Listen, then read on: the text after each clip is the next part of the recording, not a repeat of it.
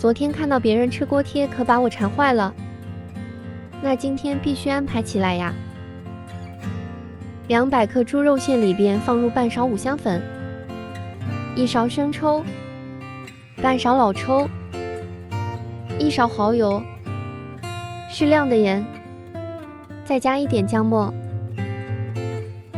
葱末，再浇一点热油，挤出它的香味。用筷子朝一个方向使劲的搅拌，直到搅拌到非常顺滑。这时候再打入一个鸡蛋，鸡蛋可以让做出来的肉馅更加的滑嫩。继续给它搅拌均匀，放入切好的韭菜，再倒一点点芝麻油，这样会更加的香。最后用筷子给它充分的搅拌均匀就可以了。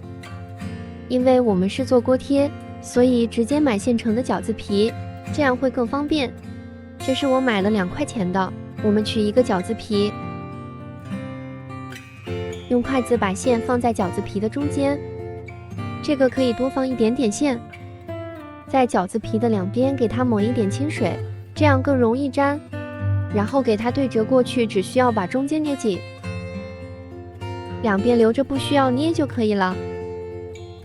做好后，我们给它放在盖帘上，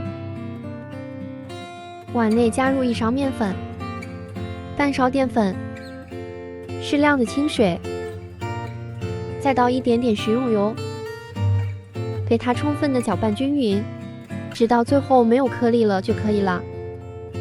平底锅开中小火，底部抹一点点食用油，把锅贴的生坯一个个的摆在平底锅内，间隔1-2分钟，看到底部微微发黄，这时候把刚才调好的面粉水给倒进来，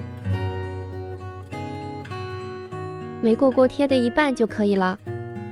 盖上一个盖子，等所有的面粉水被烤干以后，底部微微发黄就可以了。我们拿一个铲子给它翻过来看一下，锅贴的底部是金黄金黄的，还有薄脆。我们给它盛到盘子里边，锅贴就做好了，是不是也很简单呢？吃的时候一定要配上醋哦，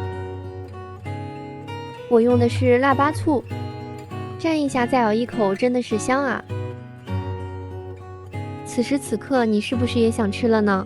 想吃的话，你也赶紧试试吧，唯有美食与你不可。